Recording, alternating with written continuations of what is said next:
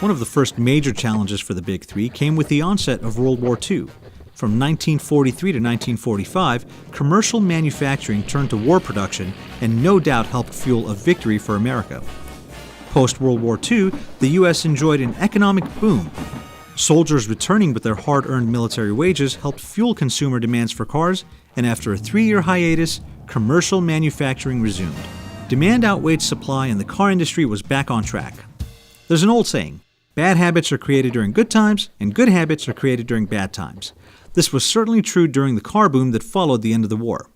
For the car industry, bad pricing habits developed very quickly. Dealers were free to price gouge their way into recouping any losses sustained during their break in production. Consumers suffered the most, with some dealerships selling cars to the highest bidder.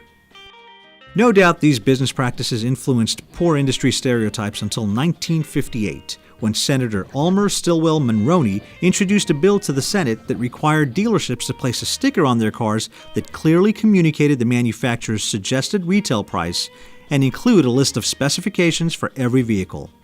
And thus, the Mulroney sticker was born.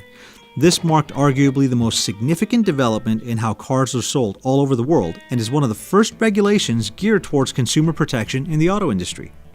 Even with the regulation of pricing, the car business continued to flourish through the 1950s, 60s, and into the 70s.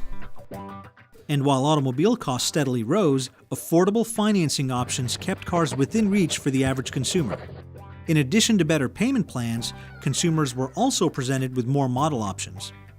The presence of foreign car companies grew during this time. Among the more notable successes were the Renault Dauphin and the Volkswagen Beetle, which fought for import popularity through the end of the 50s and beyond, though the Beetle arguably won that battle in the long term. Needless to say, these international automobiles added more choices to a strong American market. This increased selection only strengthened the need for great salesmanship. International competition and fuel costs put a lot of financial pressure on dealers. They had to push harder to sell more cars and turn higher profits. And slowly, the industry began to push the idea of leasing, a practice that can be traced back to Sumeria in approximately 2000 BC. Initially, most consumers resisted. After all, people were taught to buy high-quality products that'll last for a long time.